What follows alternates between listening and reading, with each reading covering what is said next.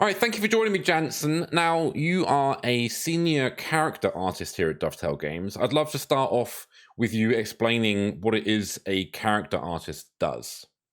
Yeah, so typically is what a character artist does is take a concept. So we usually get given a concept or a general idea of what a type of character, for example. And then we take that character, we'll typically sculpt it up like a high poly version. So we'll go into all the detail, do all that, clothing, faces, obviously all that. And then we typically take that, retopologize it, get a low poly, take that then into texturing, bake the high poly down, and eventually that's what you end up seeing in game.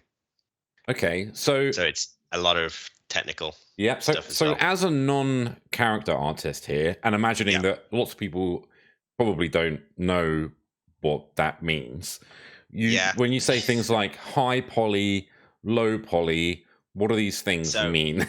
okay, so high poly is if you imagine clay, it's typically clay sculpting, what we do only digitally. We essentially just sculpt the character up in clay. So we go into like all the detail. Um, so you get all of the detail of what a real person would look like. Mhm. Then from that, because that's too high poly, we can't use that in game. So what we have to do then is take that high poly and make a low poly version out of it, and that's what you end up seeing in game. So yeah, So that's what essentially it. kind of what do you lose in that process of taking something that's a high poly version of an So image and making it something that will work in a game? yeah, you typically lose some detail, and depending on how low you have to go, you can depends on how much of the detail you lose. But is what we end up doing is baking the details of the high poly that we sculpted down onto the low poly. So then we basically keep as much of the detail as we can that way. Typically, you don't notice any of the detail loss. Most that's what all games do, um, and it typically works pretty well. Interesting. Okay, so like, what was your journey to becoming a character artist? Yeah, it was pretty long. I started off doing just game design. So I did just like a little at a uni. I dipped my feet into a little bit of everything. Hmm. And following that, decided I wanted to do character art, but I didn't really know what that meant at the time. I just liked characters, so I Yeah, started doing that. And I started doing research into that, and I just started sculpting basically because I came from like a traditional sculpting background as well. I used to do like clay sculpting and stuff like that's that. cool. Um, so I wanted to do it digitally as well.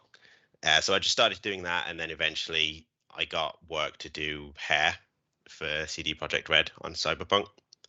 I did that for a couple of years, and then following that, I worked at Airship Images, where I was doing hair again there for about a year and a half. And then following that, I joined here, um, where I'm doing full characters now, which is Awesome. fun. Awesome. All right, so what makes a good character artist? Um, I'd say attention to detail. It it's difficult because everyone can be a good character artist. It just takes practice and time. And obviously, the longer you do it, like the more you notice things, the more you learn, the more like you take note of anatomy and all that stuff, and that's essentially what makes a good character artist. I guess it's for me, it's a willingness to learn. That's what makes a good character artist. Sort of accepting that you're never going to be the best you can be.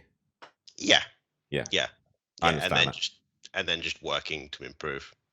Awesome. So, It sorry, go on, go on.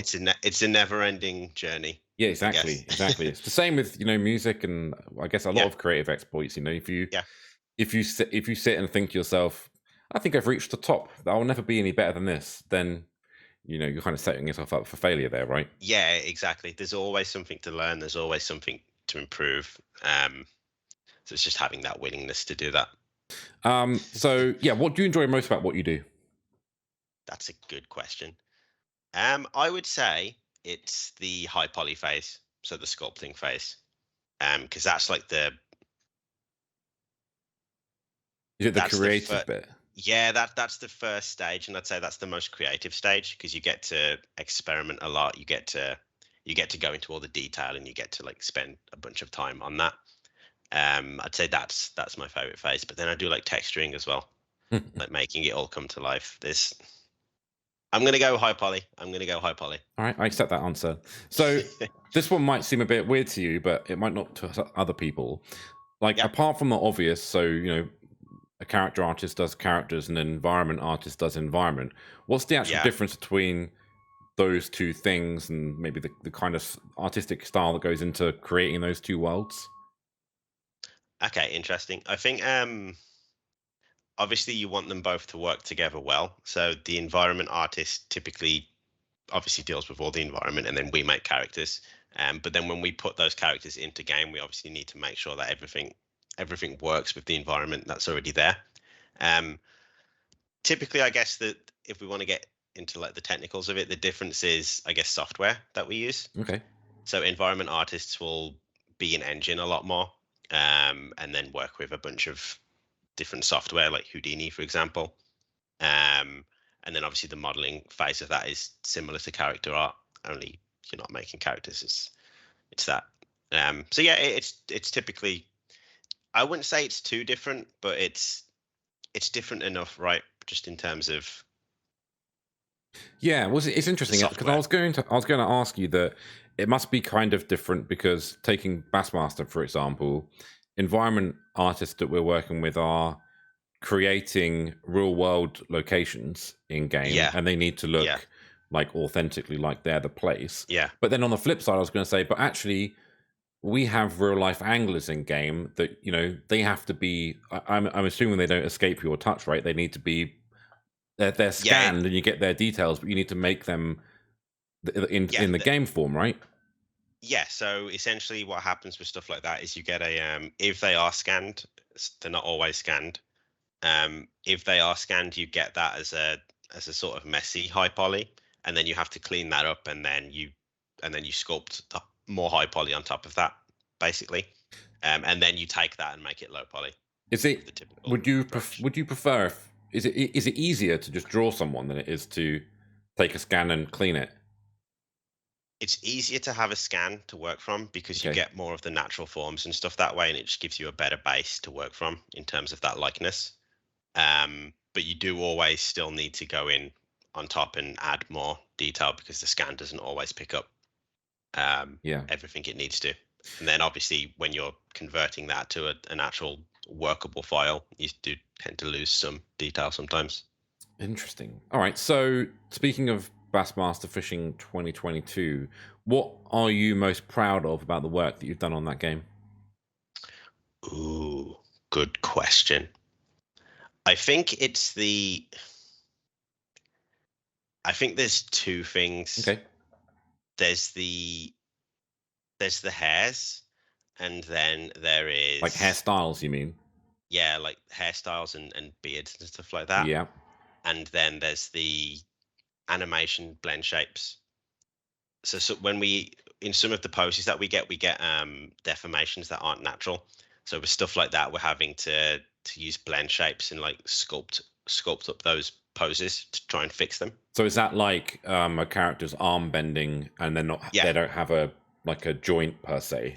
Yeah, so for example, if an arm bends, that obviously you can see what a natural arm bending looks like. Yeah. Sometimes the rig doesn't work correctly, and it'll pinch the elbow, so you'll get like a kind of point. Obviously that's not natural and it doesn't look good.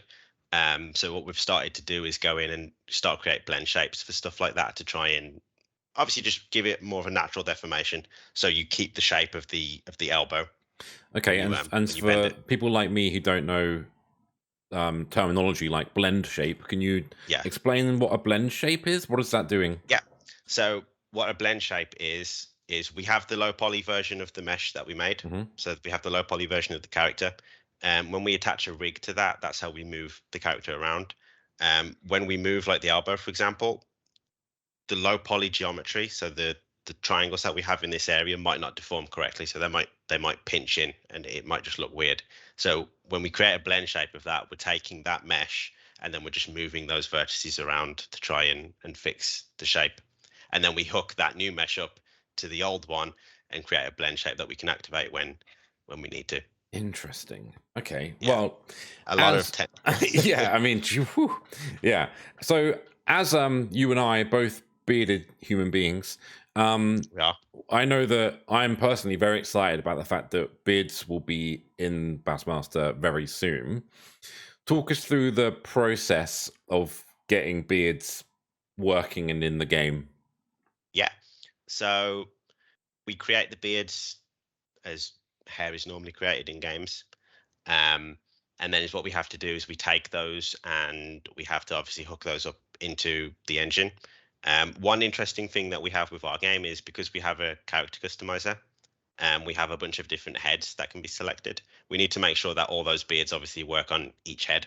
So we create a beard to one just standard head, and then again we have to make blend shapes from the beard that we've made, and then blend it to each other face, Mm-hmm.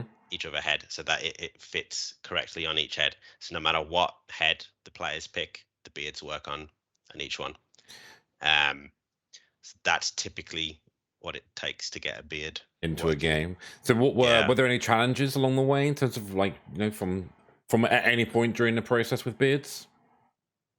Yeah, getting the blend shapes to work with all of the different heads was a bit of a challenge. It's quite time consuming to get that done. Is that But because you're so used to seeing like facial hair on a human and what it looks like that it's that I think they call it uncanny valley, right? Where yeah, if uncanny. it Yeah, looks like if it looks slightly weird, then it's very jarring. So it has to look like it actually fits on that person's yeah. face. It's more so just to make sure that it fits like perfectly to that face. Mm, So when we create it on one head, it obviously fits perfectly on that head. But when we need to then take it onto each other head, um, it's quite challenging to make sure that that lines up correctly on every single head, and then we obviously have to test all of that to make sure of course. that it works. So I'd say that's been the biggest challenge Which one's with that. your favorite? Have you got a favorite beard? Oh, I do. I, I'm going Santa beard. Santa beard. Okay, Yeah, the first of the beards to make yeah, it into the game. I'm going Santa beard. It's like a very modern day like chiseled Santa, isn't it? It's such a sick beard. And it has the beautiful little folded I know, it's mustache, fantastic. curly mustache. It's Yeah, it's fantastic. good. So, what are you working on next? Like, what's well, you might not have to tell me too much about what you're working on next, but like, give me some indication of what the next things are you'll be working on in Bassmaster. So at the moment we're finishing up beards. Mm-hmm. Following that, there's beard color options that we're doing. Yep. Following that, I think it will be more just like blend shape fixes for the foreseeable, and then we'll start focusing on whatever Is that comes next. just continuing to improve character Yeah, animations? The overall goal is just to keep improving everything. So once beards are out of the way, I'll get a little bit more time to start delving into the game more, and just like Yeah. seeing what I want to improve. It's and what interesting we because can improve. in Dez's interview, he mentioned that we're able to keep working on improving and enhancing the game while simultaneously working on addressing bugs and making Yeah. other like more dev type implementations to the game. So you've just kind of reinforced it, like you don't really touch that side, but you're just focusing on improving areas that you affect. Yeah, exactly. Obviously, I can only really touch characters, so my goal is to just improve those, and that ranges from everything, not just characters, like even how you see characters in game. So like lighting, Yeah. just a lot of stuff that we can improve and will be improving. Amazing. Well, this has been awesome. I think it's really cool and really interesting to get different perspectives and different people from within Dovetail Games to share their stories and what they do to help provide our players with a broader range of knowledge of what we all do here. So I think it's really cool, and thank you very much for taking some time out to join me, mate. Yeah, no worries. Thank you very much. All right, It was fun. and I'll catch you in a bit. All right, in a bit. Bye-bye. Bye-bye.